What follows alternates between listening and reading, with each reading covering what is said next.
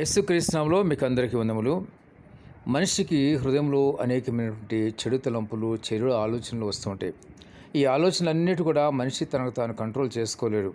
ఇది సహజమైన ఆలోచనే కదా, ప్రతి ఒక్క మానవునికి వచ్చే ఆలోచనే కదా అనుకుంటాడు. కానీ అది సహజమైనది కాదు. మనిషి యొక్క పాప స్వభావం మరి పోకపోతే కనుక అనేకమైన అపిత్రమైన తలంపులు, ఆలోచనలు మరి ఎన్నో కలుగుతూ ఉంటాయి మనిషిలో. అందుకనే దేవుని వాక్యంలో ఒక చోటు ఉంటుంది, హృదయము మరి ఘోరమైన వ్యాధి కలిగిందని మరి ఇర్మియా గ్రంథంలో చూస్తాం. అదేవిధంగా ఇప్పుడు ఈ వ్యాధి పోవాలంటే మనం చేయాల్సింది ఒకటి, యేసు రక్తంలోనే ఆ వ్యాధి పోతుంది. ఆ వ్యాధి పోవాలంటే మొదటగా మీరు చేసిన ప్రతి పొరపాటు పాపాలను కూడా దేవుని దగ్గర ఒప్పుకొని విడిచిపెట్టండి. విడిచిపెట్టినట్లు దేవుడు మిమ్మల్ని పరిశుద్ధపరుస్తాడు, పవిత్రపరుస్తాడు. అంతేకాకుండా ఒక దేవుని వాక్యంలో మరొక ఫిలిప్పీయుల రాసిన 4వ అధ్యాయం ఉంటుంది, క్రీస్తు సమాధానం మీ తలంపులకి కావలిండని.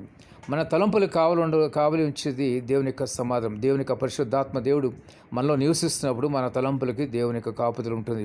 పరిశుద్ధాత్మ దేవుడు మనలో నివసించినప్పుడు దేవుని యొక్క కాపుదల మన తలంపులకి ఉండదు. కాబట్టి ప్రతి ఒక్కరు ప్రతిదినము మీరు ప్రార్థన చేయాలి. ప్రతిదినము ఆయన సన్నిధిలో మిమ్మల్ని మీరు పరీక్షించుకోవాలి.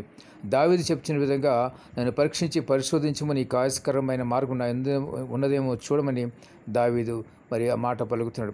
కాబట్టి మనం పరీక్షించుకోవడం కన్నా దేవుడిని ప్రార్థన చేసి నన్ను పరీక్షించంటే దేవుడు మనకి అన్నీ కూడా బయలుపరుస్తాడు. మన పొరపాట్ల పాపాలన్నీ కూడా మనకి ప్రార్థనలో బయలుపరుస్తాడు. బట్ అన్నీ కూడా మనం ఒప్పుకొని విడిచిపెట్టాలి. అప్పుడు మాత్రమే పరిశుద్ధాత్మ దేవుడు మనలో నివసిస్తాడు. కాబట్టి ప్రతి ఒక్కరు ఆ విధంగా చేయండి.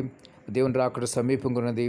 మరి రాకడ ఎప్పుడు వచ్చినా మనం మరి ఎత్తబడే గుంపులో ఉండాలంటే పరిశుద్ధంగా ఉంటేనే మన దేవుని దగ్గర చేరుకుంటాం. ఎందుకంటే దేవుడు పరిశుద్ధుడు కాబట్టి ఆయన దగ్గరికి వెళ్ళేవారు కూడా పరిశుద్ధులు మాత్రమే చేరుకుంటారు. పరిశుద్ధంగా లేనివారు ఎవరు కూడా మరి దేవుని దగ్గర చేరుకోరు, విడిచిపెట్టబడతారు. ఎవరు కూడా విడిచిపెట్టబడే గుంపులో మీరు ఉండవద్దు. ప్రతి ఒక్కరు కూడా మీరు ప్రార్థన చేసుకుని మీ పాపాలు ఒప్పుకొని ఆయన సన్నిధిలో మీరు పరిశుద్ధపరచుకోండి. దేవుడు మేము పరిశుద్ధపరుస్తాడు. కాబట్టి రాకడ సమీపంగా ఉన్నది. మరి దేవుని యొక్క రాకడతో పాటు మరి ఈ అనేకమైన ఉగ్రత దినాలు మనం ఉంటున్నాం. ఈ ఉగ్రత దినాల్లో కూడా దేవుడు మనం కాపాడాలంటే దేవునితో మనం జీవించాలి. దేవునితో మనం జీవించకుండా మనం దేవుని యొక్క కాపుదల పొందుకోలేం. కాబట్టి ప్రతి ఒక్కరూ మెలకు ఉండే ప్రార్థన చేయండి.